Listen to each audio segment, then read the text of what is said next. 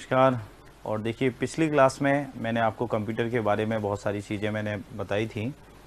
और कंप्यूटर क्या होता है, सीपीयू क्या होता है, कंप्यूटर हमारे micro, mini, main frame, super computer क्या होते हैं, काफ़ी सारी चीज़ों के बारे में हमने डिस्कस किया था। तो आज की क्लास में हम कंप्यूटर के और जो टेक्निकल टर्म्स हैं और जो बहुत ज़्यादा सवाल पूछे जाते हैं उनके बारे में हम डिस्कस करेंगे।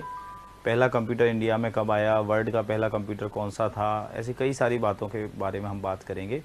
और पिछली क्लास में भी हमने और आपकी क्लासों में भी हम क्या कर रहे हैं कि जो भी क्वेश्चंस आए हुए हैं और जो आ सकते हैं उन्हीं को बेस मानते हुए उन्हें केंद्रित करके और उन्हीं के आसपास हम चल रहे हैं।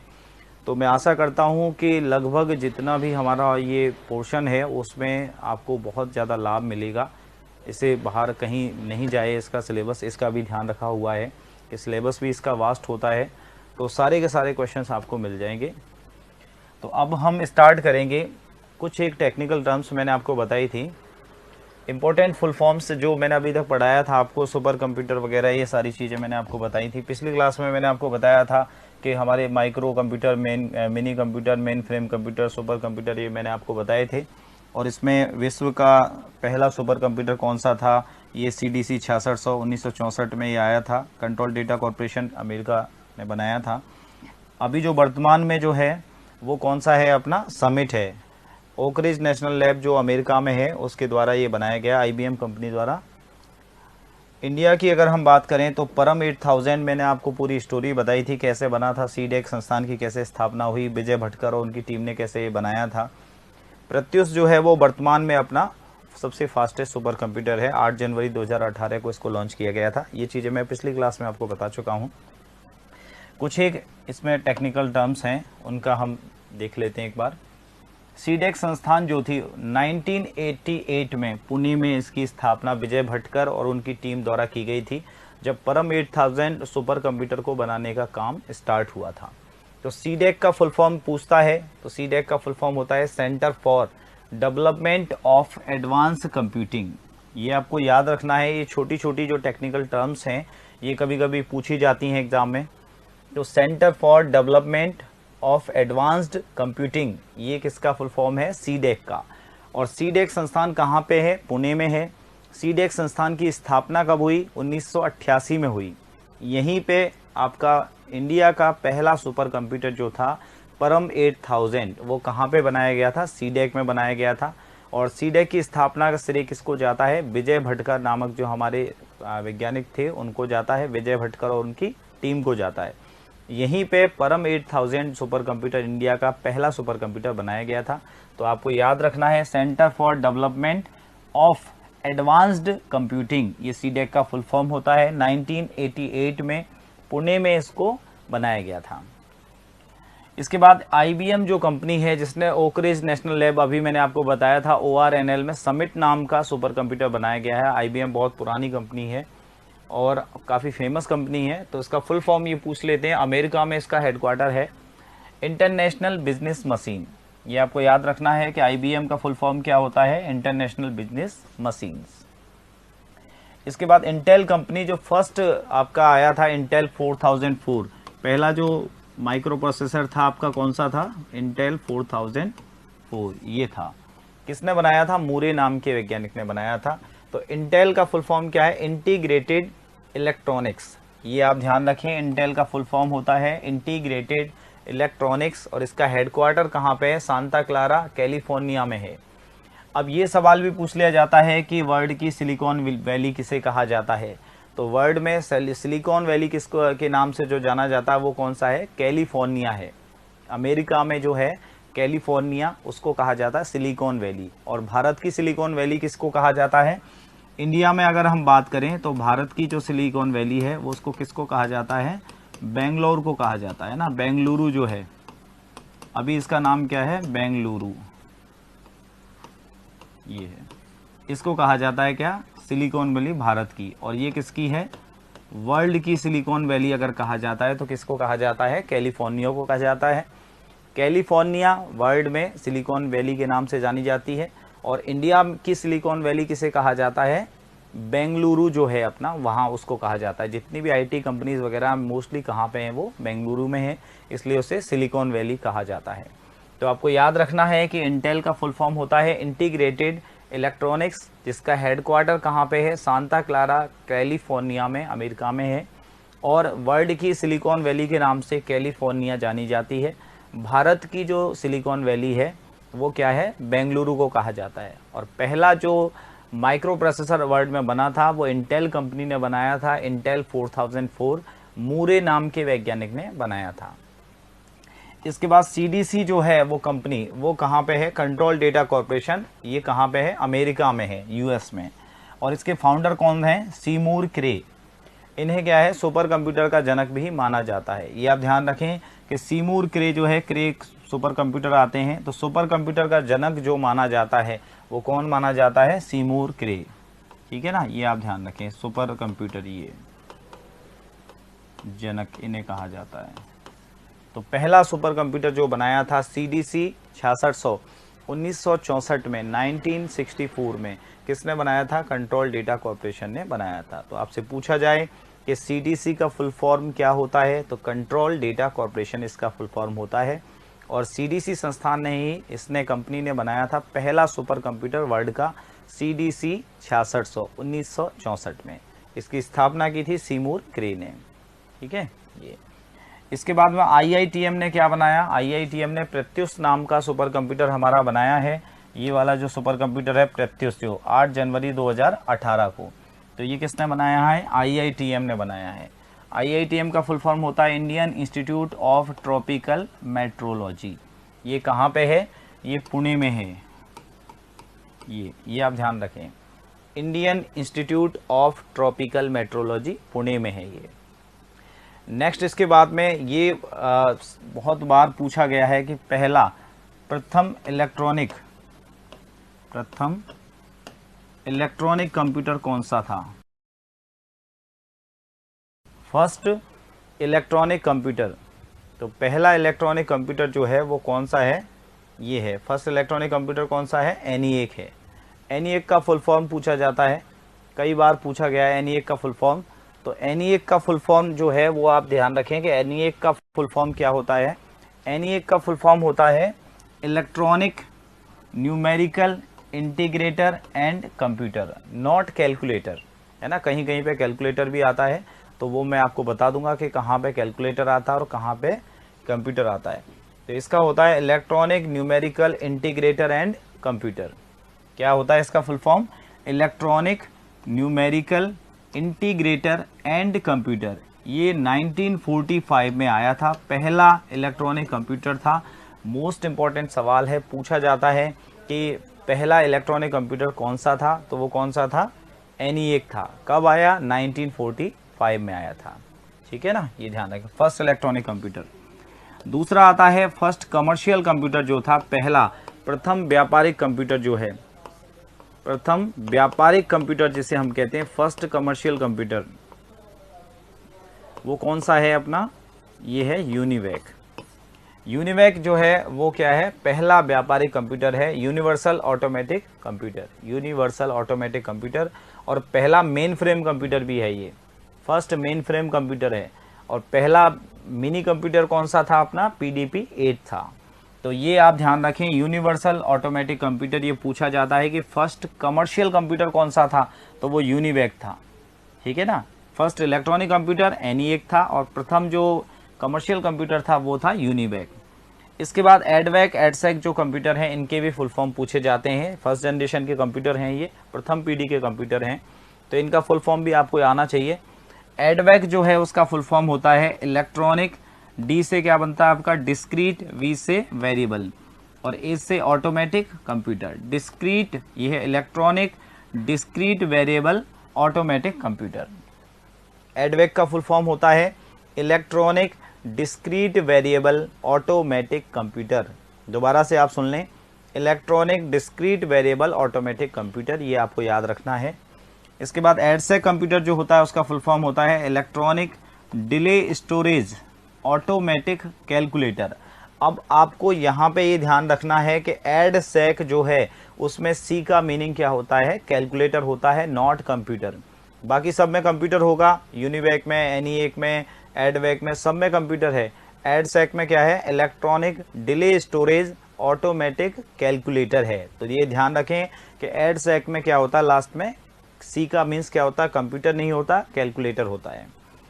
इसके बाद में हम बात करते हैं टर्मिनल और वर्क स्टेशन क्या होते हैं, इनके बारे में हम डिस्कस करते हैं। देखिए हम क्वेश्चंस के बेस पे चल रहे हैं कि बिल्कुल एक एक क्वेश्चन, कहीं भी कोई क्वेश्चन नहीं छूटना चाहिए।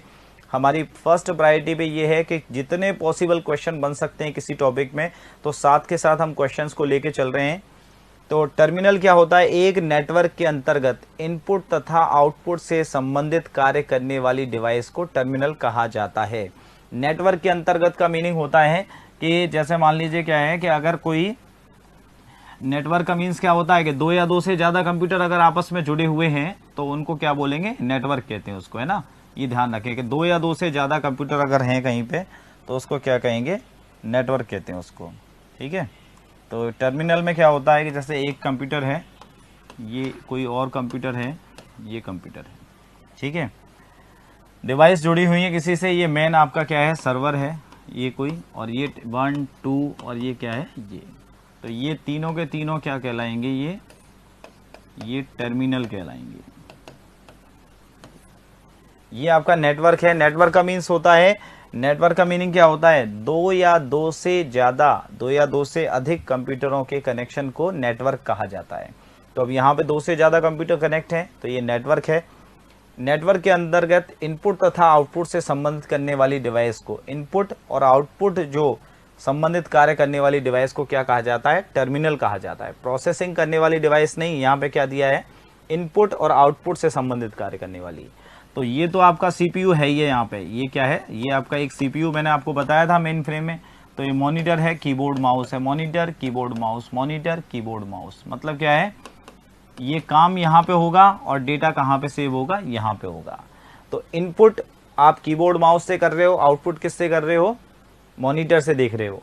तो इनपुट आउटपुट से संबंधित कार्य करने वाली डिवाइस को टर्मिनल कहा जाता है। तो केवल आपके आउटपुट वाली मॉनिटर हो गया और क्या है, कीबोर्ड माउस हो गया। तो इनपुट आउटपुट इनसे कर रहे हैं तो ये टर्मिनल है।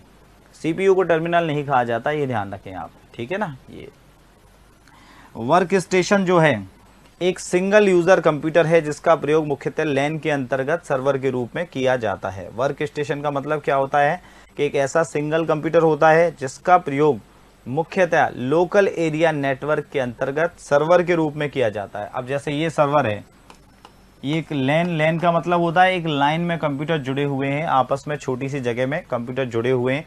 तो मेन कंप्यूटर जिसको हम सर्वर कह रहे हैं उसको हम क्या कहते हैं, वर्क स्टेशन भी कहते हैं, ठीक है ना। वर्क स्टेशन का मतलब सिंगल कंप्यूटर जिसका प्रयोग लैन के अंतर्गत, लैन का मतलब एक लाइन है, लोकल एरिया नेटवर्क बना रखा हमने, के रूप में, सर्वर के रूप में किया जाता है। तो मेन सर्विस देने वाला कंप्यूटर जो है वो क्या कहलाएगा, वर्क स्टेशन यहाँ पे उसको बोलते हैं, ठीक है। टर्मिनल का मीन्स याद ध्यान रखें कि नेटवर्क में जुड़े हुए इनपुट आउटपुट से संबंधित करने वाली डिवाइस को टर्मिनल कहा जाता है, प्रोसेस करने वाली डिवाइस को नहीं कहा जाता है ना, ये ध्यान रखें। मैं आगे बढ़ने से पहले एक चीज़ और मैं आपको बता देता हूँ। सुपर कंप्यूटर आपने पढ़ा तो अभी एक ये आया था कि अभी हाल में आईआईटी जोधपुर में, आईआईटी जोधपुर जो है इंडियन इंस्टीट्यूट ऑफ टेक्नोलॉजी, वहाँ पे अमेरिका की एक सुपर कंप्यूटर निर्माता कंपनी है जिसका नाम है एनवीडिया। एनवीडिया कंपनी क्या करती है, सुपर कंप्यूटर बनाती है। इसके सहयोग से एक सुपर कंप्यूटर आईआईटी जोधपुर में लगाया गया है। अब क्यों लगाया गया है, क्योंकि आईआईटी जोधपुर के छात्र जो हैं वो आर्टिफिशियल इंटेलिजेंसी विषय पर रिसर्च कर रहे हैं। तो उनके इस रिसर्च में उनको मदद मिल सके, हेल्प मिल सके, इसके लिए इस एनवीडिया कंपनी ने अपना एक सुपर कंप्यूटर यहाँ पे आईआईटी जोधपुर को दिया है जिसका नाम है DGX-2। DGX-1 भी था पहले, उससे ज़्यादा पावरफुल कौन सा है, DGX-2 है। तो DGX-2 जो सुपर कंप्यूटर है वो किसने दिया है, ये एनवीडिया कंपनी जो है इसने आईआईटी जोधपुर में लगाया है ताकि वहाँ के छात्र जो हैं आर्टिफिशियल इंटेलिजेंसी पर रिसर्च कर सकें। आर्टिफिशियल इंटेलिजेंसी का मीन्स क्या होता है, कृत्रिम बुद्धिमत्ता। अब जो लोग ये नहीं जानते हैं कि आर्टिफिशियल इंटेलिजेंसी होती क्या है, उनको मैं बताना चाहूँगा कि जिस प्रकार इंसान में खुद की बुद्धि होती है, खुद का दिमाग होता है, तो ऐसे ही मशीन में भी खुद की बुद्धि हो, वो कृत्रिम बुद्धिमत्ता डेवलप करने पर जो रिसर्च चल रहा है तो उसको हम क्या बोलते हैं, आर्टिफिशियल इंटेलिजेंसी कहा जाता है। कंप्यूटर साइंस की वह शाखा या ब्रांच जिसमें मनुष्य की तरह कंप्यूटर में भी बौद्धिक विकास पे रिसर्च किया जा रहा है। जैसे इंसान अपने वातावरण से आसपास से देख के सीखता है, ऐसे मशीन भी सीखे। इंसान जैसे डिसीजन लेता है कंडीशन को देख के, अपने आप से डिसीजन ले लेता है, ऐसे ही कंप्यूटर भी डिसीजन ले कि मुझे क्या करना है क्या नहीं करना है। तो वो सारी फीलिंग डेवलप हो इंसान की जैसी, उसके लिए जो रिसर्च चल रहा है उसे बोलते हैं आर्टिफिशियल इंटेलिजेंसी। तो उसके मदद के लिए रिसर्च में मदद मिले, इसलिए एनवीडिया कंपनी जो है अमेरिका की, उसने एक DGX-2 नाम से एक सुपर कंप्यूटर वहां के छात्रों को दिया है।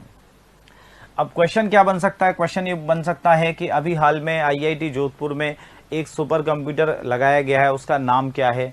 तो अमेरिकी सुपर कंप्यूटर निर्माता कंपनी ने एक सुपर कंप्यूटर दिया है, तो उसका नाम क्या है? तो उसका नाम क्या है? DGX-2 है। ठीक है ना। एनवीडिया से आप क्या समझते हो? तो एनवीडिया अमेरिकी सुपर कंप्यूटर निर्माता कंपनी है। एनवीडिया द्वारा राजस्थान के कौन से शहर में अभी एक सुपर कंप्यूटर लगाया गया ताकि वहां के छात्र आर्टिफिशियल इंटेलिजेंसी पर शोध कर सकें? तो कौन सा शहर है? IIT जोधपुर में संस्था है IIT, और शहर कौन सा है? जोधपुर है। ठीक है ना। IIT जोधपुर के छात्रों को किस चीज में रिसर्च के लिए एक सुपर कंप्यूटर दिया गया है? आर्टिफिशियल इंटेलिजेंसी के। AI का फुल फॉर्म क्या है? AI से आप क्या समझते हैं? तो AI का फुल फॉर्म क्या होता है? Artificial intelligence. ठीक है ना। तो ये सारे सवाल ऐसे इसमें से बन जाते हैं। तो आपको ध्यान रखना है कि DGX-2 नाम का एक सुपर कंप्यूटर दिया गया है कहाँ पे? IIT जोधपुर में। किसने दिया? एनवीडिया कंपनी ने। ठीक है ना। ये IIT जोधपुर के छात्रों को किस काम के लिए दिया गया है? आर्टिफिशियल इंटेलिजेंसी, AI जो होता है कंप्यूटर में कृत्रिम बुद्धि डेवलप करने पे वो रिसर्च करते हैं, उसके काम के लिए, हेल्प के लिए दिया गया है। ठीक है। ये इसके बाद हम विंडो पढ़ेंगे। विंडो से पहले मैं आपको कुछ चीज़ें बता देता हूँ। कंप्यूटर साइंस में हमने पढ़ा था, तो देखो कुछ लोगों को कंफ्यूजन है कि इंडिया में कंप्यूटर कब आया। तो इंडिया में पहला जो कंप्यूटर था वो 1955 में ISI, इंडियन स्टैटिकल इंस्टीट्यूट में लगाया गया। कहाँ पे? कोलकाता में ये लगाया गया था। इसका नाम था HEC2M, ये था। इसका नाम है Indian statistical institute, Indian statistical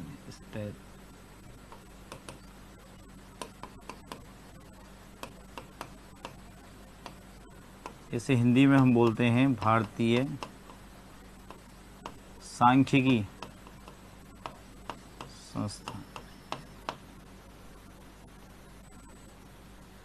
संस्थान। ये कहाँ पे है? कोलकाता में है। तो पहला जो कंप्यूटर लाया गया था वो कोलकाता में लगाया गया था। हमारे दो वैज्ञानिक थे, एक तो थे डॉक्टर होमी जहांगीर भाभा और एक थे महालनोबिस ने तो क्या किया था? 1931 में ये ISI की स्थापना की थी। और होमी जहांगीर भाभा जो थे, उन्होंने 1945 में मुंबई में जो टाटा इंस्टीट्यूट है उसकी स्थापना की थी। टाटा इंस्टीट्यूट जो कहाँ पे है? मुंबई में, और ये कहाँ पे है? कोलकाता में। तो मैं आपको ये हिस्ट्री बता रहा हूँ, थोड़ी सी इंटरेस्टिंग भी है, तो आपको ये ध्यान हो कि कंप्यूटर कैसे आया। देखिए सबसे पहले क्या हुआ था कि होमी जहांगीर भाभा ने क्या किया था? 1945 में एक संस्थान बनाया जिसकी स्थापना की, टाटा इंस्टीट्यूट। ये कहाँ पे था? मुंबई में था टाटा इंस्टीट्यूट। और एक सांख्यिकी वैज्ञानिक थे महालनोबिस, उन्होंने 1931 में इंडियन स्टैटिकल इंस्टीट्यूट भारतीय सांख्यिकी संस्थान कोलकाता की स्थापना इन्होंने की थी। अब इन दोनों वैज्ञानिकों ने सोचा कि अगर हमारे इंडिया में कंप्यूटर आ जाए तो हमें बहुत फ़ायदा हो जाएगा। डॉक्टर होमी जहांगीर भाभा जो थे परमाणु वैज्ञानिक थे, अणु परमाणु पर रिसर्च करते थे। महालनोबिस एक सांख्यिकी वाले वैज्ञानिक थे। तो इन दोनों ने कहा कि हम दोनों के काम भी आसानी से हो जाएंगे, सांख्यिकी में भी ज़रूरत है और रिसर्च करने में भी ज़रूरत है। तो इन्होंने क्या किया? इन्होंने कांटेक्ट किया किससे? इंग्लैंड की एक कंपनी थी, उससे कांटेक्ट किया। इंग्लैंड में एक कंपनी थी जिसका नाम था ब्रिटिश टैबुलेटिंग मशीन। ये कंपनी थी, इसका नाम था ब्रिटिश टैबुलेटिंग मशीन। ये तो उस टाइम पे इंडिया में कंप्यूटर नहीं था, टैबुलेटिंग मशीन। जापान ही एक ऐसा देश था जिस पे एक कंप्यूटर था और इंग्लैंड पे इन पे था। तो उसके बाद में फिर क्या है कि उसको ब्रिटिश टैबुलेटिंग मशीन जो कंपनी थी उससे कांटेक्ट किया इन्होंने कंप्यूटर के लिए। कब किया? 1954 में इन्होंने कांटेक्ट किया कि हमें एक कंप्यूटर दे दो, हमारे यहाँ कोई कंप्यूटर नहीं है। तब उस टाइम पे इंडिया पे कोई कंप्यूटर नहीं था। तो 1954 में इन्होंने डॉक्टर होमी जहांगीर भाभा और महालनोबिस ने ब्रिटिश टैबुलेटिंग मशीन से यहाँ से कांटेक्ट करवाया कि भाई हमें एक कंप्यूटर चाहिए।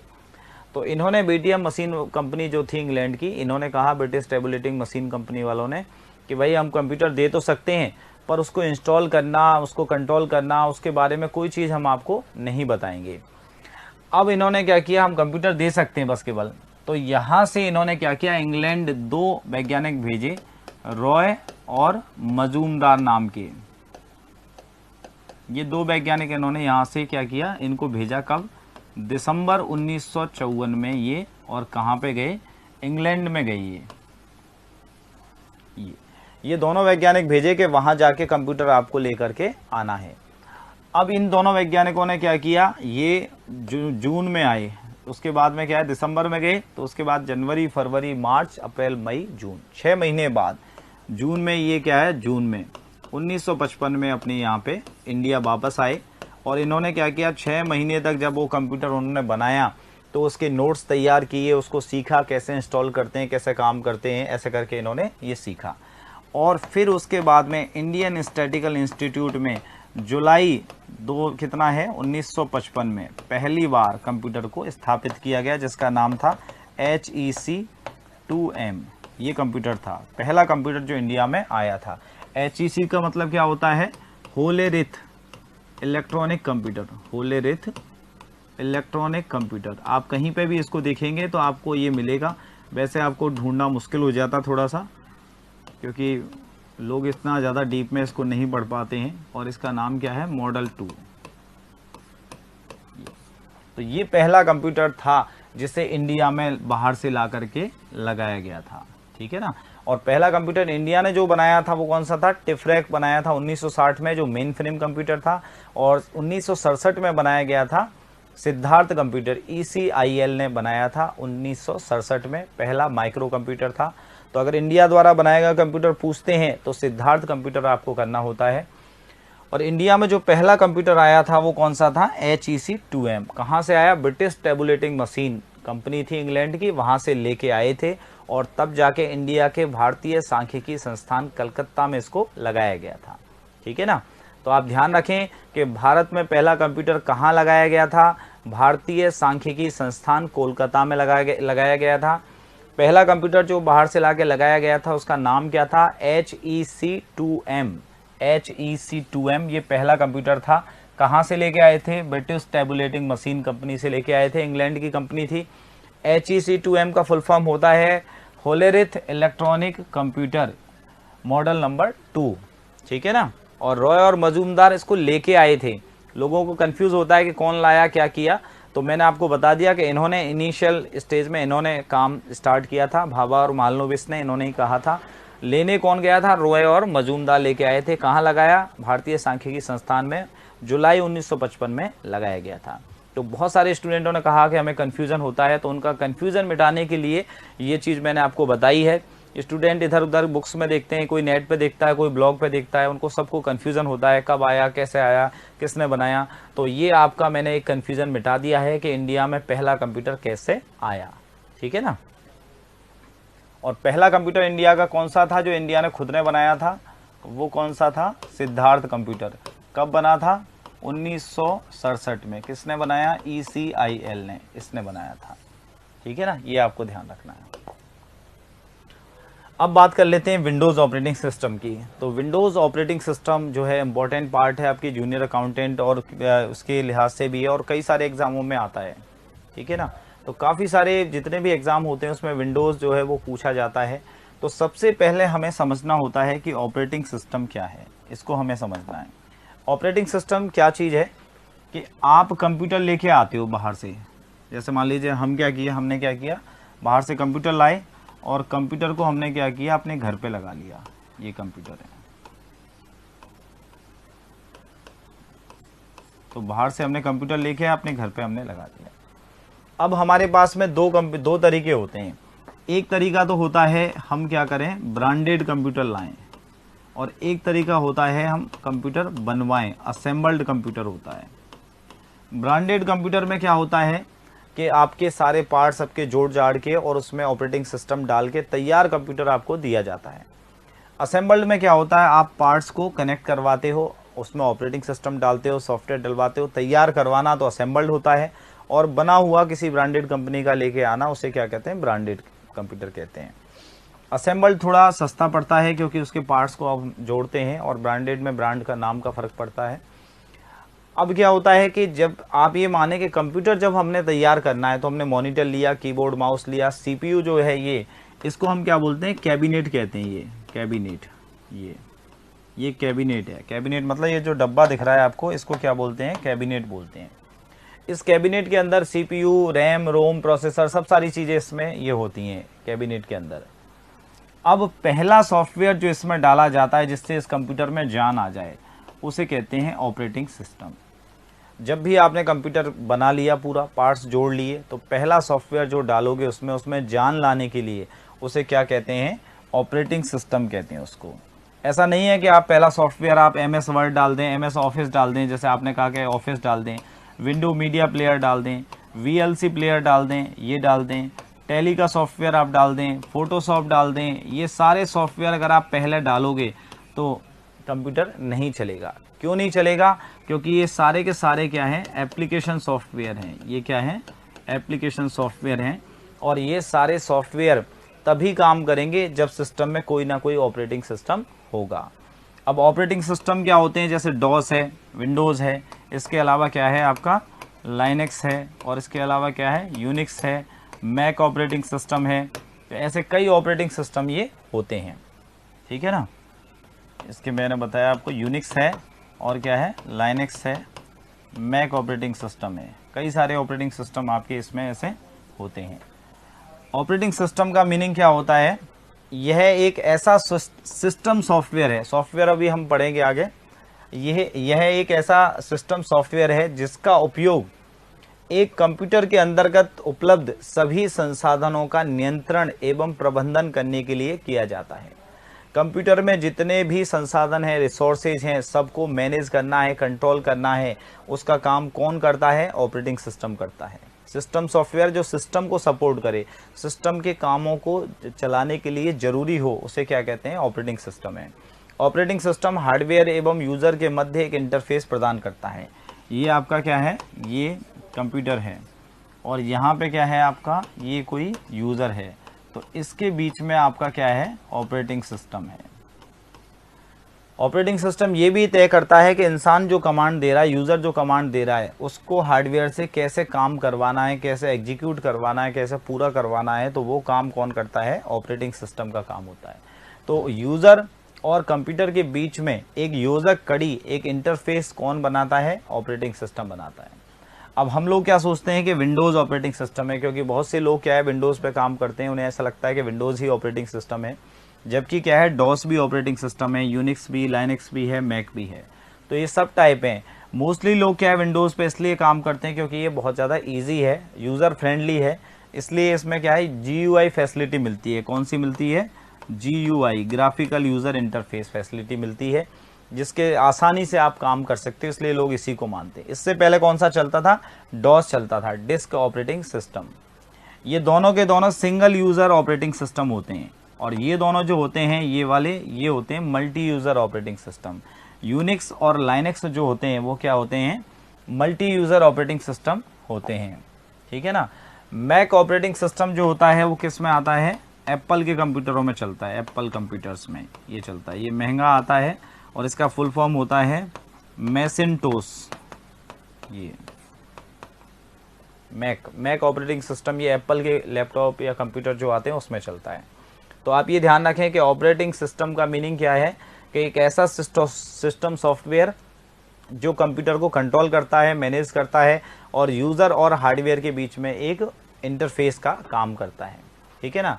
तो उसमें ही हमारा कौन सा आता है, विंडोज़ आता है, ठीक है। तो हमें विंडोज़ पढ़ना होगा कि विंडोज़ ऑपरेटिंग सिस्टम क्या क्या काम करता है, कैसे कैसे करता है।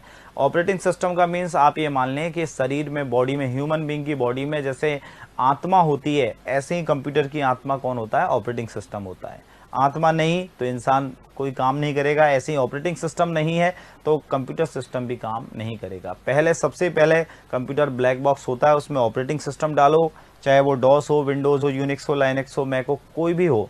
उसके बाद में फिर एप्लीकेशन सॉफ्टवेयर आप डाल सकते हो, Photoshop, page maker, MS office, tally, window media player, ये सब तब चलेंगे जब किसी ना किसी टाइप का ऑपरेटिंग सिस्टम होगा। आप डायरेक्टली उन सॉफ्टवेयरों से कंप्यूटर को चालू नहीं कर सकते, ठीक है ना। ये अब बात करते हैं कि ऑपरेटिंग सिस्टम में से अभी यहाँ इतनी लाइनों में से क्या सवाल पूछा जाता है, उसके बाद फिर विंडोज़ पे हम आते हैं। तो सबसे पहला सवाल पूछा जाता है कि डॉस जो दे रखा है, ये डॉस, इस डॉस में अगर हम बात करें तो डॉस का फुल फॉर्म क्या होता है। तो डॉस का फुल फॉर्म क्या होता है ये पूछ लिया जाता है। डॉस का, इसका फुल फॉर्म होता है डिस्क ऑपरेटिंग सिस्टम। ये पूछा जाता है कि डॉस का फुल फॉर्म क्या होता है। डिस्क ऑपरेटिंग सिस्टम ये पहले चलता था, माइक्रोसॉफ्ट कंपनी ने बनाया है disk operating system, MS DOS इसे कहा जाता है। तो डिस्क ऑपरेटिंग सिस्टम में खासियत क्या थी, यहाँ पे चलता था CUI, कैरेक्टर यूज़र इंटरफेस। इसमें क्या होता था कि सारा कुछ काम किससे होता था, कमांड के थ्रू होता था डॉस में। डॉस में क्या होता था कि डॉस में अगर आपने जैसे टाइम लिखा, टाइम आ गया, आपने डेट लिखा, डेट आ गया, आपने लिखा जैसे मान लीजिए कॉपी कौन, तो आप कॉपी कर रहे हो, ठीक है ना, कमांड के थ्रू काम चलता था। तो इसे बोलते थे कमांड यूज़र इंटरफेस। अब क्या है, लोगों ने कहा कि इसमें ब्लैक स्क्रीन आती थी डॉस ऑपरेटिंग सिस्टम में, डिस्क ऑपरेटिंग सिस्टम में ब्लैक स्क्रीन आती थी, कमांड के थ्रू काम करना पड़ता था, इसलिए इसे बोलते थे कैरेक्टर यूज़र इंटरफेस। लोगों ने कहा कि भाई ऐसे कमांड वमांड को कहाँ तक याद रखेंगे, कुछ ऐसा बनाओ जिससे कि कोई अलग से काम कर सके, आसान बनाओ कोई। तो फिर उसके बाद में विंडोज़ का पहला वर्जन आया, ये वाला, ये कब आया, 1985 में आया। 1985 में पहला वर्जन विंडोज़ का आया 1.0। इसमें क्या था, आपको आइकन देखने को मिलते थे, इसमें आपको पॉइंटर भी काम करता था, माउस काम करता था, आपकी हरियाली दिखती थी, चित्र दिखते थे, इसमें पिक्चर दिखती थी। तो ये क्या था, यूज़र फ्रेंडली था, इसलिए जल्दी ही पॉपुलर हो गया था। फिर लोगों ने क्या है, डॉस पे काम करना बंद कर दिया, क्योंकि ये यूज़र फ्रेंडली ज़्यादा था, इसलिए लोगों ने इस पे काम करना चालू कर दिया। इसलिए आपको जहाँ भी आजकल दिखता है, मोस्टली पॉपुलर कौन सा दिखता है, विंडोज़ ऑपरेटिंग सिस्टम दिखता है। यूनिक्स और लाइनक्स जो होते हैं वो मल्टी यूज़र कंपनियों में काम किए जाते हैं, जहाँ पे एक कंप्यूटर पे बहुत सारे लोग काम कर रहे हैं, सुपर कंप्यूटर बना रहे हैं, वहाँ पे मल्टी यूज़र एनवायरनमेंट में यूनिक्स लाइनक्स यूज़ किए जाते हैं। मैक ऑपरेटिंग सिस्टम जो होता है वो एप्पल के कंप्यूटरों में काम में आता है। तो अब यहाँ पे आपको याद रखने वाली चीज़ क्या है, डिस्क ऑपरेटिंग सिस्टम, डॉस का फुल फॉर्म क्या होता है, CUI का मतलब क्या होता है, कैरेक्टर यूज़र इंटरफेस, ये होता है। किस में आता है ये, डॉस में। विंडोज़ में आपको फैसिलिटी मिलती है GUI की, graphics user interface. Graphics user interface का मीनिंग क्या होता है कि जैसे मान लीजिए आपका क्या है, कंप्यूटर है और इस कंप्यूटर पे आपका क्या है, एक इंसान से जुड़ाव है, आपका इंसान काम कर रहा है। यहाँ पे क्या है, एक कंप्यूटर है और यहाँ पे भी एक इंसान काम कर रहा है। यहाँ पे है GUI और यहाँ पे क्या है, CUI।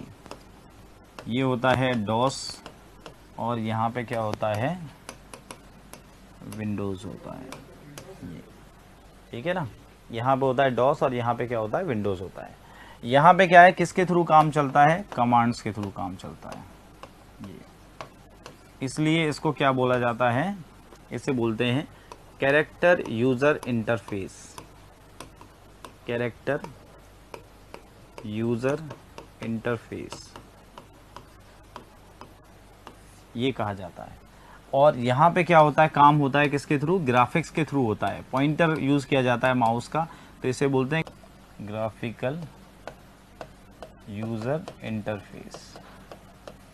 यहाँ पे इंटरफेस का मतलब होता है जुड़ाव कहीं पे, तो यहाँ पे इंटरफेस बनता है ग्राफिक्स के थ्रू, क्योंकि इसमें यहाँ पे क्या आते हैं, आइकन्स आते हैं इस तरीके से, और यहाँ पे सीनरी आती हैं या स्क्रीन सेवर आते हैं। यहाँ पे क्या होता है, यहाँ पे केवल कमांड के थ्रू काम चलता है। इसलिए आप ध्यान रखें कि डॉस में जो होता है, यूज़र का जुड़ाव जो होता है वो किससे होता है, कैरेक्टर यूज़र इंटरफेस उसको बोला जाता है, कैरेक्टर यूज़र इंटरफेस। और विंडोज़ में जो जुड़ाव होता है वो उस फैसिलिटी को क्या बोलते हैं, विंडोज़ जो है वो हमें क्या फैसिलिटी देती है, ग्राफिकल यूज़र इंटरफेस की फैसिलिटी देती है। यूज़र जो है वो ग्राफिक्स से, चित्रों के माध्यम से कंप्यूटर से जोड़ सकता है, उसे बोलते हैं ग्राफिकल यूज़र इंटरफेस। तो ग्राफिकल यूज़र इंटरफेस फैसिलिटी कौन देता है? विंडो देती है। और CUI फैसिलिटी कौन देता है? डॉस देती है। तो ये आपको ध्यान रखना है कि कौन सा क्या देता है। तो ऑपरेटिंग सिस्टम क्या होता है ये आपने समझ लिया होगा भी। डिस्क ऑपरेटिंग सिस्टम, डॉस का फुल फॉर्म, CUI का कैरेक्टर यूज़र इंटरफेस, और GUI का होता है ग्राफिकल यूज़र इंटरफेस। ठीक है ना। ये अब हम बात करते हैं किसके बारे में? विंडो के बारे में, कि विंडो क्या है। तो विंडो की हम बात करते हैं। तो विंडो क्या है?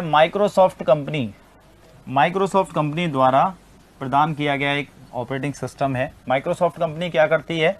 माइक्रोसॉफ्ट कंपनी क्या है? एप्लीकेशन सॉफ्टवेयर बनाती है। और क्या बनाती है? ऑपरेटिंग सिस्टम बनाती है। तो ये जो कंपनी है माइक्रोसॉफ्ट कंपनी, इसके द्वारा बनाया गया है। ये किसने बनाया है? ये माइक्रोसॉफ्ट कंपनी ने बनाया है। ठीक है ना। अब माइक्रोसॉफ्ट कंपनी क्या है? माइक्रोसॉफ्ट कंपनी की जो स्थापना हुई थी वो कब हुई थी? 4 अप्रैल को, है ना। ये भी आपको ध्यान रखना है कि 4 अप्रैल 1975 को माइक्रोसॉफ्ट कंपनी की स्थापना हुई थी। तो इस माइक्रोसॉफ्ट कंपनी का काम क्या होता है? इस माइक्रोसॉफ्ट कंपनी का काम है ऑपरेटिंग सिस्टम बनाना, और क्या है? एप्लीकेशन सॉफ्टवेयर बनाना। ये कंपनी ये बनाती है, एप्लीकेशन सॉफ्टवेयर बनाती है। एक तो सबसे बड़ी कंपनी है एप्लीकेशन सॉफ्टवेयर की और ऑपरेटिंग सिस्टम बनाने की। तो विंडोज़ ऑपरेटिंग सिस्टम जो है वो इसी कंपनी का बनाया हुआ है। ये ध्यान रखें, एप्लीकेशन सॉफ्टवेयर और ऑपरेटिंग सिस्टम बनाने की सबसे बड़ी कंपनी है माइक्रोसॉफ्ट कंपनी। और माइक्रोसॉफ्ट इसे क्यों कहा जाता है? क्योंकि ये माइक्रो कंप्यूटर पे वर्क करती थी। पहले जो सॉफ्टवेयर बनाती थी वो किसके लिए बनाती थी? माइक्रो कंप्यूटर के लिए बनाती थी। इसलिए इसका नाम क्या पड़ा? माइक्रोसॉफ्ट इसका नाम रखा गया। तो पहला जो क्वेश्चन बनते हैं पहले इसी में से बनते हैं, इसको समझ लें आप कि माइक्रोसॉफ्ट क्या है? माइक्रो कंप्यूटरों के लिए सॉफ्टवेयर बनाती थी, इसलिए इसका नाम रख दिया माइक्रोसॉफ्ट। स्थापना कब हुई? 4 अप्रैल 1975 को हुई। ठीक है। और ये बनाती क्या है? एप्लीकेशन सॉफ्टवेयर बनाती है, ऑपरेटिंग सिस्टम बनाती है। ऑपरेटिंग सिस्टम क्या है? जैसे डॉस है या फिर क्या है? विंडोज़ है। ये है एप्लीकेशन सॉफ्टवेयर में। ये क्या बनाती है? जैसे MS ऑफिस है, ये इसी का बनाया हुआ प्रोडक्ट है। इंटरनेट एक्सप्लोरर जो है IE इसका है। माइक्रोसॉफ्ट एज जो है, माइक्रोसॉफ्ट एज एक नया ब्राउज़र आया है इंटरनेट एक्सप्लोरर की जगह पे, तो वो किसका बनाया हुआ है? इसी का बनाया हुआ है। तो एप्लीकेशन सॉफ्टवेयर में ये कंपनी ऑफिस सॉफ्टवेयर बनाती है, वेब ब्राउज़र बनाया है। ठीक है ना। ऐसी चीज़ें ये बनाती है एप्लीकेशन सॉफ्टवेयर, जो एक विशेष उद्देश्य के लिए बनाए जाते हैं। ऑपरेटिंग सिस्टम बनाती है, डॉस, विंडोज ये बनाती है। तो इस कंपनी की स्थापना कब हुई? 4 अप्रैल 1975 को हुई थी। इसके संस्थापक की अगर हम बात करें कि इसका संस्थापक कौन थे, तो संस्थापक कौन थे इसके? बिल गेट्स थे। इनका पूरा नाम क्या होता है? William Henry Gates. ये इनका पूरा नाम है, विलियम हेनरी गेट्स, ये नाम है इसका। ठीक है ना। तो ध्यान रखें, माइक्रोसॉफ्ट कंपनी क्या है? एक ऑपरेटिंग सिस्टम और एप्लीकेशन सॉफ्टवेयर बनाने की सबसे बड़ी कंपनी है। और इसका स्थापना कब हुई? 4 अप्रैल 1975 को हुई थी। इसका हेडक्वार्टर कहाँ पे है? हेडक्वार्टर कहाँ पे है? वाशिंगटन। हेडक्वार्टर कहाँ पे है इसका? वाशिंगटन में, अमेरिका में। ठीक है। इसका हेडक्वार्टर कहाँ पे है? वाशिंगटन, अमेरिका में है। और बिल गेट्स का अगर जन्म पूछें, संस्थापक हैं, तो इनका जन्म हुआ था कब? 28 अक्टूबर 1955 में इनका जन्म कहाँ पे हुआ था? वाशिंगटन में हुआ था।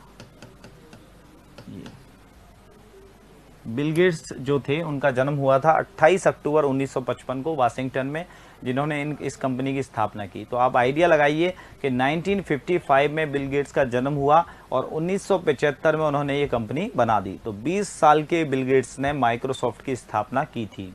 जब माइक्रोसॉफ्ट कंपनी की स्थापना तब हुई जब बिल गेट्स की उम्र कितनी थी? 20 साल थी। 1955 में जन्म हुआ था, 1975 में ये बना दिया था। उसके बाद में पहला जो विंडोज़ का वर्जन आया था, विंडोज़ का पहला जो वर्जन आया था विंडोज़ का, वो था 1.0। वो कब आया था? 20 नवंबर 1985 को आया था। तो आप ये माने कि 20 नवंबर 1985 को विंडो का पहला वर्जन आ गया। कंपनी स्टार्ट होने के 10 साल बाद ही विंडोज़ का पहला वर्जन आ गया था, 20 नवंबर 1985 को। ठीक है ना। तो इन चीज़ों को आपको ध्यान रखना है कि माइक्रोसॉफ्ट कंपनी क्या है, एप्लीकेशन सॉफ्टवेयर और ऑपरेटिंग सिस्टम बनाने की एक सबसे बड़ी कंपनी है, जिसके संस्थापक बिल गेट्स हैं। बिल गेट्स का जन्म 28 अक्टूबर 1955 को वाशिंगटन में हुआ था। उनका पूरा नाम विलियम हेनरी गेट्स है और कंपनी की स्थापना हुई थी 4 अप्रैल 1975 को। हेडक्वार्टर कहाँ पे है कंपनी का? वाशिंगटन में, अमेरिका में है। इसमें फिर इसके बाद में इस कंपनी द्वारा बनाया गया ऑपरेटिंग सिस्टम कौन सा है? विंडोज़ और डॉस। तो डॉस तो पहले ही बनाया था 1985 में। पहला जो वर्जन आया था वो कौन सा था? विंडोज़ 1.0। 10 साल बाद ही ये वर्जन आ गया था। ठीक है, ये अब इसके बारे में इसके बाद में फिर बात करते हैं कि विंडोज़ में और कौन कौन सी खासियत इसमें होती है। माइक्रोसॉफ्ट कंपनी द्वारा विकसित किया गया ऑपरेटिंग सिस्टम है जो GUI का फुल फॉर्म इंपॉर्टेंट है, पूछ लिया जाता है, ग्राफिकल यूजर इंटरफेस पर आधारित है। यह एक प्रोप्राइटरी सॉफ्टवेयर है, प्रोप्राइटरी, ठीक है ना। इसका दूसरा नाम होता है क्लोज सोर्स। एक तो होता है ओपन सोर्स और एक होता है क्लोज सोर्स। क्लोज सोर्स का मतलब क्या होता है? कॉपीराइटेड सॉफ्टवेयर है, कॉपीराइट सॉफ्टवेयर। कॉपीराइट सॉफ्टवेयर का मतलब होता है, प्रोप्राइटरी सॉफ्टवेयर का मीनिंग होता है कि ऐसा सॉफ्टवेयर जिस पे किसी कंपनी का मालिकाना अधिकार होता है। अगर उस कंपनी द्वारा बनाए गए सॉफ्टवेयर को, या कॉपीराइटेड सॉफ्टवेयर जो होता है प्रोप्राइटरी सॉफ्टवेयर, उसको अगर आपको यूज़ में लेना है तो आपको उसका चार्ज देना पड़ेगा, पैसे देने पड़ेंगे। उसके बाद आप उसका लाइसेंस लेते हो उसको यूज़ करने का, और तब जाके आप उस सॉफ्टवेयर को यूज़ कर सकते हो।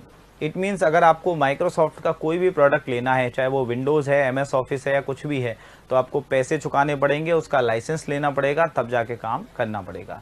अगर आप बिना लाइसेंस के और फ्रॉडगिरी से उसको यूज़ करते हो तो वो पायरेसी कहा जाता है, चोरी करना कहा जाता है एक तरीके से, ठीक है ना।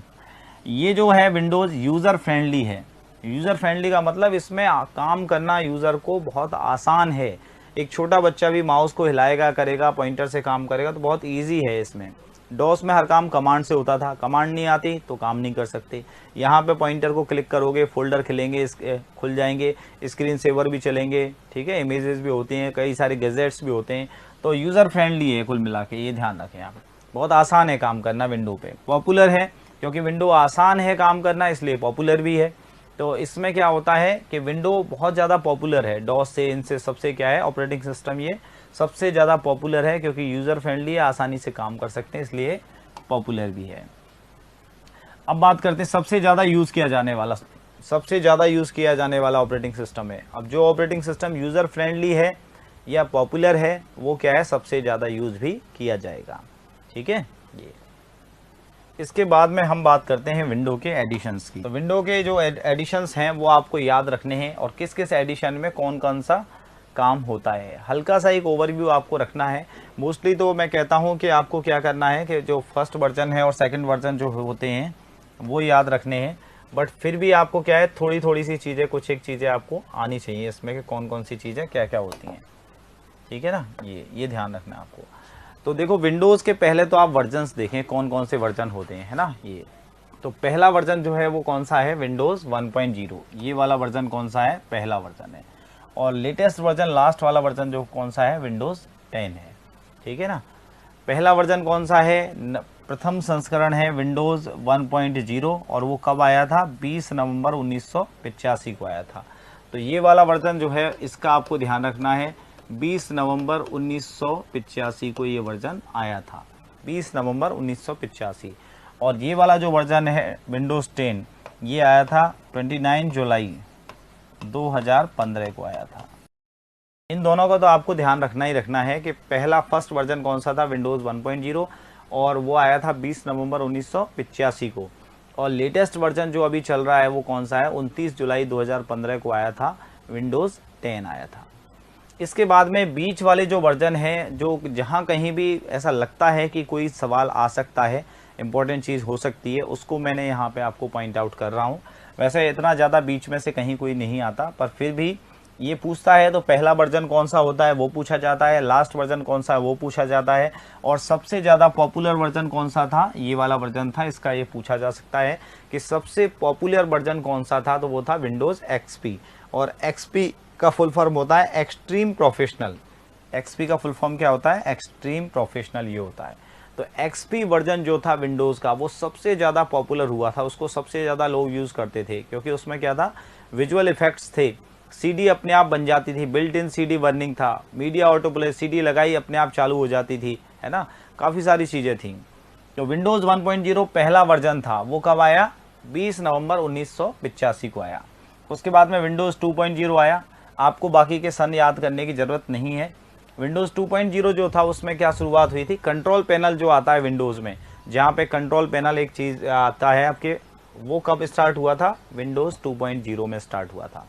कंट्रोल पैनल क्या होता है, कंट्रोल पैनल में आपके माउस है, कीबोर्ड है, प्रिंटर है, आपकी मेमोरी है, आपका CPU है, सबसे संबंधित जहाँ पे कंट्रोलिंग की सेटिंग्स होती हैं आपकी, मीन्स कंप्यूटर के हर पार्ट की सेटिंग जहाँ की जाती है। जैसे मोबाइल में आपके सेटिंग्स नाम से ऑप्शन आता है ना, कि मोबाइल की सेटिंग्स यहाँ पे हैं, ऐसे ही हमारे कंप्यूटर सिस्टम की जो सेटिंग्स होती हैं वो सब कहाँ पे होती हैं, कंट्रोल पैनल में होती है। माउस की सेटिंग है, कीबोर्ड की सेटिंग है, सब सारे यंत्रों को आपको मैनेज करना है तो कहाँ पे मिलेगा, कंट्रोल पैनल में। तो वो कब से स्टार्ट हुआ था, विंडोज़ 2.0 में। तो विंडोज़ 2.0 में स्टार्ट हुआ था। अगर ये पूछा जाए कि कंट्रोल पैनल कौन से वर्जन से स्टार्ट हुआ, तो कौन सा था, विंडोज़ 2.0 से। विंडोज़ 3.0 जो है उसमें क्या आया था, आपका एक स्पेशल गेम आया था जिसका नाम था क्या, सॉलिटेयर। ये था सॉलिटेयर, एक गेम चलता है, ताश वाला एक गेम चलता है जिसमें ताश के पत्ते होते हैं। वो कब से स्टार्ट हुआ था, 3.0 वर्जन में स्टार्ट किया गया था, लॉन्च हुआ था सॉलिटेयर गेम, जो ताश के पत्ते वाले जो आता है। इसके अलावा सॉफ्टवेयर डेवलपमेंट किट जो है वो भी कब आई थी, सॉफ्टवेयर डेवलपमेंट किट वो 3.0 में ही आई थी। उसके बाद एक और वर्जन आया था 3.1, ये भी आया था पर इसमें ऐसा कोई खास नहीं था। इसके बाद विंडोज़ एंटी वर्जन आया था, विंडोज़ एंटी वर्जन है ना ये, इसमें भी कोई ऐसा खास चीज़ नहीं थी, है ना, नेटवर्किंग के लिए उसके लिए था विंडोज़ एंटी वर्जन। विंडोज़ 95 जो वर्जन था, इसमें क्या था, देखें विंडोज़ 95 में क्या आया था, एक तो स्टार्ट बटन आपको मिला था यहाँ पे, जैसे नीचे की साइड में जब विंडोज़ स्टार्ट करते हैं तो यहाँ पे एक स्टार्ट बटन आता है, वो स्टार्ट बटन जो था वो यहाँ पे मिला था। कब मिला था, विंडोज़ 95 में आपको मिला था। उसके अलावा स्टार्ट मेन्यू जो आता है, मेन्यू और बटन, स्टार्ट मेन्यू में आपके ऐसे खुल के आ जाते थे, तो वो सारी चीज़ें स्टार्ट मेन्यू स्टार्ट बटन किस में आया, विंडोज़ 95 में आया।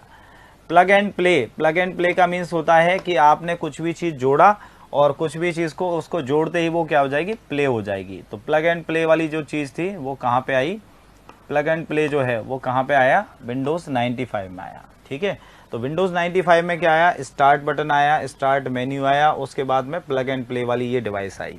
ठीक है, ये प्लग एंड प्ले, जैसे प्लग जोड़ा किसी भी चीज़ को और वो प्ले होने लग जाएगा। उसके बाद में इसमें वर्जन आया था 4.0, उसका भी कोई खास रोल नहीं था, ज़्यादा इंपॉर्टेंट नहीं था। उसके बाद में आया था विंडोज़ 98। तो आप ध्यान रखें, विंडोज़ 95 में क्या था, स्टार्ट बटन स्टार्ट मेन्यू था। 98 में क्या है, DVD और USB ड्राइव, USB जो भी लगा रहे हैं आप उसको रीड करना, DVD लगाई आपकी और DVD रीड होने लग जाए, तो वो चीज़ कब आई थी, विंडोज़ 98 में आई थी आपकी। ठीक है, इसके बाद में आया था आपका विंडोज़ ME एडिशन, ME मतलब मिलेनियम एडिशन। तो विंडोज़ ME का मतलब होता है मिलेनियम एडिशन, ये होता है। इस एडिशन में क्या था, सिस्टम रीस्टोर का एक फीचर आया था कि अगर कोई चीज़ आपसे डिलीट भी हो जाती है तो आप रीस्टोर पॉइंट बनाते हो और कौन से पॉइंट से आपने डिलीट हुआ वो वापस आ जाता है। जैसे रिसाइकल बिन में क्या होता है, कोई फाइल डिलीट हो गई और वो दोबारा से पुनः उसको रिस्टोर कर लिया जाता है। तो मान लीजिए आपने रिसाइकल बिन से भी डिलीट हो गई, कहीं से कोई डेटा डिलीट हो गया, तो उसको वापस एक निश्चित एक टाइम से वापस लेके आना है कि इस इतने टाइम से और जो भी डिलीट हुआ है वो वापस आ जाए। तो उसके लिए क्या होता है, सिस्टम रीस्टोर, ये वाला ऑप्शन होता है। तो सिस्टम रीस्टोर किस में आने लगा, विंडोज़ मिलेनियम वर्जन में आने लगा। सिस्टम फाइल प्रोटेक्शन, ये ऑप्शन भी किस में आने लगा, सिस्टम फाइल प्रोटेक्शन, ये भी किस में आने लगा, विंडोज़ ME में आने लगा। सिस्टम फाइल प्रोटेक्शन, इसमें क्या होता है, इसमें ये होता है कि आप यूज़र, कोई भी यूज़र अगर वर्क कर रहा है तो सिस्टम की जो एडमिनिस्ट्रेटिव फाइल हैं उनको चेंज नहीं कर सकता, ये इसमें एक प्रतिबंध था। तो वो किस में आया था, मिलेनियम एडिशन में आया था। विंडोज़ 2000 में फिर हाइबरनेट को सपोर्ट करता था, जैसे आपके स्लीप वगैरह, हाइबरनेट जो होते हैं पावर सेविंग मोड होते हैं, जहां कंप्यूटर लैपटॉप को आप बंद कर देते हैं फिर वापस वहीं से स्टार्ट हो जाता है। तो वो हाइबरनेट ऑप्शन जो आया था वो कब से आया था, विंडोज़ 2000 से आया था। ठीक है, उसके बाद में फिर हम बात करते हैं कि विंडोज़ XP जो है, ये विंडोज़ एक्सपी का आप सन याद रखें कि 25 अक्टूबर 2001 में इसको लॉन्च किया गया था, क्योंकि इम्पोर्टेंट है, पॉपुलर है। तो पहला कब किया गया था? 20 नवंबर 1985 को, और लास्ट वाला जो वर्जन है विंडोज़ 10 वो आया था 29 जुलाई 2015 को। बीच में हम बात करते हैं कि विंडोज़ एक्सपी जो है वो 25 अक्टूबर 2001 को ये लॉन्च किया गया था। सबसे ज़्यादा पॉपुलर वर्जन था विंडोज़ एक्सपी, और एक्सपी का फुल फॉर्म होता है एक्सट्रीम प्रोफेशनल। Extreme professional. इसमें एक्सपी में क्या खासियत थी? एक्सपी में क्या था कि एक तो था मीडिया ऑटो प्ले, कि कोई भी मीडिया आपने लगाई, सीडी लगाया, डीवीडी लगाई, कुछ भी लगाया, वो सीधा ऑटो प्ले, मतलब अपने आप से स्टार्ट हो जाती थी। जैसे सीडी आपने लगाई कंप्यूटर में, सीडी को डबल क्लिक करने की ज़रूरत नहीं है, अपने आप से वो ऑटो प्ले हो जाती थी। तो सारे डिवाइस जितने सीडी डीवीडी वगैरह वो सब ऑटो प्ले हो जाती थी। ये था इसका फीचर विंडो एक्सपी का, मीडिया ऑटो प्ले। दूसरा था बिल्ट इन सीडी बर्निंग, कि आपको क्या है, सीडी बर्न करने के लिए अलग से कोई एक्स्ट्रा सॉफ्टवेयर की रिक्वायरमेंट नहीं थी। विंडो में ऐसी खासियत थी, सीडी बना सकते थे आप। बर्न करने का मतलब होता है, बर्निंग का मतलब होता है सीडी राइट करना। ठीक है, कहीं कहीं पे ये वर्ड आता है, सीडी बर्न करने का मतलब होता है सीडी राइट करना। ठीक है, आप सीडी ली, ब्लैंक सीडी आपने कंप्यूटर में डाल दी, और उसके बाद में आप उस पर कुछ डेटा डाल रहे हो, तो उसे हम क्या कहेंगे? सीडी बर्न करना। सीडी बर्निंग का मतलब आप समझ लें, खाली सीडी है, उस पर आप गाने डाल रहे हैं, पिक्चर डाल रहे हैं, डेटा डाल रहे हैं, तो उसे कहते हैं सीडी बर्न कर रहे हैं। ठीक है ना, बर्न करना मतलब सीडी बनाना ये। और एक और वर्ड होता है क्रॉप करना। क्रॉप का मतलब इमेज में से कोई इमेज है, उसमें से अनवांटेड पार्ट्स को हटाना चाहते हो आप, तो उसे कहते हैं क्रॉपिंग करना। क्रॉप करना मतलब एक कोई पिक्चर है, फोटो है, आप चाह रहे हो इसमें से ये पोर्शन इसका हट जाए, तो किसी पिक्चर में से अनवांटेड पार्ट्स को हटाना, उसे कहते हैं क्रॉपिंग करना, क्रॉप करना। और बर्न का मतलब होता है सीडी बनाना, सीडी पे डेटा डालना। तो सीडी बनाने के लिए अलग से सॉफ्टवेयर, जैसे एक सॉफ्टवेयर चलता है सीडी बनाने के लिए, वो कौन सा आता है? नेरो नाम का एक सॉफ्टवेयर आता है। तो अगर वो नेरो नाम का सॉफ्टवेयर जो है, वो आपका नेरो नाम का ये सॉफ्टवेयर आपको रिक्वायरमेंट नहीं है, आप चाहते हो कि मैं अपने आप से विंडो में ये आए, तो उसके लिए क्या होता है? एक्सपी का यूज़ करते थे। एक्सपी में ये खासियत थी कि इसमें बिल्ट इन सीडी बर्निंग की फैसिलिटी मिलती थी, अपने आप से सीडी बर्न हो जाती थी, कोई सॉफ्टवेयर की ज़रूरत नहीं है। फिर विजुअल इफेक्ट्स इसके जो थे, जो इसके डिज़ाइनिंग थी, और बहुत सारे अच्छे अच्छे इसमें गैजेट्स मिलते थे, विजुअल इफेक्ट्स थे, तो इस वजह से ये विंडो एक्सपी क्या हुई? सबसे ज़्यादा पॉपुलर हुई। तो अगर ये पूछा जाए कि सबसे ज़्यादा पॉपुलर जो विंडोज़ का वर्जन था वो कौन सा था, तो वो कौन सा था? एक्सपी वर्जन था। कौन सा वर्जन था? XP version. कब आया? 25 अक्टूबर 2001 को आया था। कब आया था? 25 अक्टूबर 2001 को आया था। इसके बाद में फिर क्या था? Vista, Windows Vista. Windows Vista में क्या है? विंडोज़ विस्टा में एक तो आपको क्या मिलता था? बिट लॉकर, और दूसरा क्या मिलता था आपको? विंडोज़ डिफेंडर मिलता था इसमें। ठीक है ना, एक तो क्या मिलता था? स्ट्रॉन्ग सिक्योरिटी क्यों मिलती थी? क्योंकि इसमें एक था आपका डिफेंडर नाम का एक एंटीवायरस टाइप में था, जिससे आपको सिक्योरिटी मिलती थी। दूसरा बिट लॉकर। बिट लॉकर में क्या होता है कि आप अपने डेटा को सुरक्षित रख सकते हैं, और एक लॉक लग जाता था, पासवर्ड से आपका डेटा सेव हो जाता था। ये इसमें खासियत थी इसकी। ठीक है, उसके बाद में आया था आपका विंडोज़ 7। विंडोज़ 7 में क्या था? विंडोज़ 7 में आपको कुछ एक्स्ट्रा फीचर और इसमें ऐड किए गए थे। वो था आपका जैसे विंडोज़ 8 में दिया गया था आपको UEFI, है ना। विंडोज़ 8 में क्या दिया गया था? UEFI। विंडोज़ 7 में आपको एक्स्ट्रा फीचर्स और इसमें ऐड किए थे, पर इतना ज़्यादा पावरफुल नहीं हुआ वो। विंडोज़ 8 में जो है, विंडोज़ 8 जो है, इसमें दो वर्जन आए थे, विंडोज़ 8 और एक आया था 8.1। 8.1 जो है और 8 जो है, वो दोनों अलग अलग वर्जन है, पर दोनों के मिलते जुलते रूप हैं। 26 अक्टूबर 2012 को ये आई थी विंडोज़ 8, और 22 अक्टूबर 2009 में क्या आया था? विंडोज़ 7 आया था। विंडोज़ 8 में क्या था? UEFI एक मोड मिलता है आपको। UEFI का मतलब होता है यूनिफाइड एक्सटेंडेड फर्मवेयर इंटरफेस। ये एक मोड होता है, यूनिफाइड एक्सटेंडेड फर्मवेयर इंटरफेस। पहले जो हमारा था, इससे पहले वो बायस चलता था इसकी जगह पे। इसकी जगह पे क्या चलता था? बायस चलता था, BIOS, बायस चलता था। इस बायस के स्थान पे वहाँ पे क्या यूज़ किया जाने लगा? बायस के स्थान पे हम यूज़ करते थे वहाँ पे, तो बायस के स्थान पे यहाँ पे यूज़ किया जाने लगा UEFI मोड यूज़ किया जाने लगा। UEFI में क्या होता है कि आपका जो बूटिंग टाइम होता है, वो बूटिंग टाइम क्या हो जाता है? घट जाता है। वो क्या होता है? घट जाता है। और घटने से क्या होता है कि आपके कंप्यूटर जो है वो जल्दी से क्या हो जाता है, चालू हो जाता है, जल्दी से स्टार्ट होगा आपका कंप्यूटर। मतलब बायस ये पड़ा है आपके में, तो आपका कंप्यूटर क्या है 2 मिनट में स्टार्ट हो रहा है। और अगर ये वाला आपने डाला तो कितना हो जाएगा, 1 मिनट में ही आपका कंप्यूटर बूट हो जाएगा, जल्दी से आपके सामने डेस्कटॉप स्क्रीन आ जाएगी। तो इसमें क्या था, विंडोज 8 में ये था। विंडोज 7 में तो आपका टच का था, फ्लिपिंग मतलब फोटो वोटो फ्लिप करके आते थे, थोड़े से डिजाइनिंग विजाइनिंग, ज़्यादा कोई खास बात इसमें थी नहीं। विंडोज 8 में क्या था, आपके यूईएफआई मोड आता था, यूनिफाइड एक्सटेंडेड फर्मवेयर इंटरफेस। पहले रोम चिप पे क्या होता था, बायस डला होता था। अभी लैपटॉप बटे थे बच्चों को, कई लैपटॉप बांटे गए थे, जो बच्चे ज़्यादा मेरिट में या अच्छे होनहार बच्चे हैं उनको, तो उनमें विंडोज 8 डाल के दी थी। सबके में क्या था, उनमें बायस जो रोम चिप पे होता है बूटिंग के लिए, उसकी जगह पे क्या डाला गया था, यूईएफआई डाला गया था, यूनिफाइड एक्सटेंडेड फर्मवेयर इंटरफेस। इससे कंप्यूटर आपका जल्दी स्टार्ट होता है। तो उस बायस की जगह पे ये डाला जाने लगा है अब आजकल, जिससे बूटिंग जल्दी हो जाए और जल्दी से आपकी डेस्कटॉप स्क्रीन आ जाए। इसमें क्या था, टच फ्रेंडली थी विंडोज 8 में, टच से आप जल्दी जल्दी काम कर सकते थे। इसके अलावा मालवेयर फिल्टरिंग, मालवेयर एक ऐसा सॉफ्टवेयर होता है जो सिस्टम को नुकसान पहुंचाता है। इसमें वायरस, वर्म आते हैं, वायरस आते हैं, एडवेयर, स्पाईवेयर, मतलब जितने भी टाइप के सॉफ्टवेयर जो किसी ना किसी रूप में यूज़र को नुकसान पहुंचाते हैं, वो सारे सॉफ्टवेयर इसमें आते हैं। तो उस मालवेयर को फिल्टर करता था कि अगर कोई चीज़ आई तो मालवेयर तो नहीं है इसमें, तो फिल्टर करने का काम था इसमें विंडोज़ 8 में। तो ये इसके फ़ायदे थे, टच फ्रेंडली था, एक इसमें यूईएफआई मोड दिया जाता है बायस के स्थान पे, और मालवेयर फिल्टरिंग की जाती है। उसके बाद में विंडोज 10 जो है उसमें क्या है, मोड दे रखे हैं आपको, कीबोर्ड मोड है, माउस मोड है, टैबलेट मोड है, किसी भी मोड में आप इसमें चला सकते हैं इसको। तो विंडोज 10 का आप ध्यान रखें। इसमें से एक सवाल बनता है कि लेटेस्ट वर्जन जो है वो कौन सा है विंडो का। तो विंडो का लेटेस्ट वर्जन कौन सा है, विंडोज 10 है। कब आया, 29 जुलाई 2015 को ये आया। सबसे नवीनतम वर्ज संस्करण कौन सा है, विंडोज 10, कब आया, 29 जुलाई 2015 को ये आया था। ठीक है ना।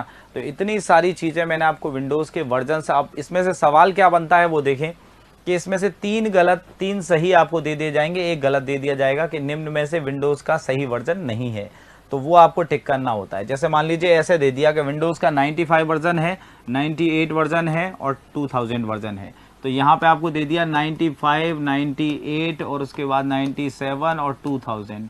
निम्न में से विंडोज का गलत वर्जन कौन सा है, तो आपको क्या करना है, 97 करना है। ठीक है, आपको इस तरीके से बताना है कि जैसे ऐसे इस तरीके से दे देगा आपको कि विंडोज का वर्जन कौन सा है, तो यहाँ पे देगा विंडोज, जैसे ये दिया विंडोज का ये वर्जन दिया 95, 97, 98 और 2000, तो इसमें से आपको गलत वर्जन देखना है विंडोज का, है ना, ये का गलत वर्जन इसमें से बताओ। तो कौन सा आ गया, ये आ गया, ये तो है, ये भी है और ये भी है, तो आंसर क्या होगा, ये आंसर आ गया।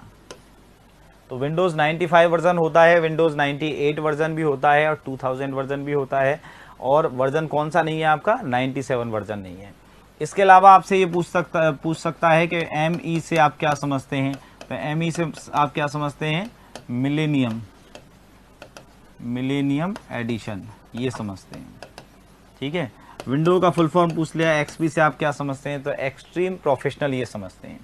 ठीक है, ये इसके अलावा फिर क्या है, आपसे ये पूछ लिया जाए जैसे UEFI, इसका फुल फॉर्म क्या होता है, तो आपको लिखना पड़ता है यूनिफाइड, ये ध्यान रखें आप, नोट भी कर लें, unified extended firmware interface.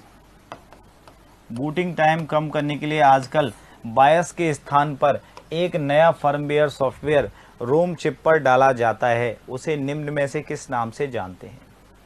Computer की बूटिंग टाइम कम करने के लिए आजकल रोम चिप पर बायस के स्थान पर एक नया फर्मवेयर सॉफ्टवेयर यूज किया जाता है, उसे क्या कहा जाता है, तो क्या होता है वो, UEFI होता है, यूनिफाइड एक्सटेंडेड फर्मवेयर इंटरफेस, ये होता है। तो इसका ये आप नाम इसमें ध्यान रखें। ठीक है ना, ये तो आपको इसमें से मोस्टली क्या ध्यान रखना है, ये आप ध्यान रखें कि मोस्टली आपको कौन कौन सी चीज़ें इसमें से ध्यान रखनी है।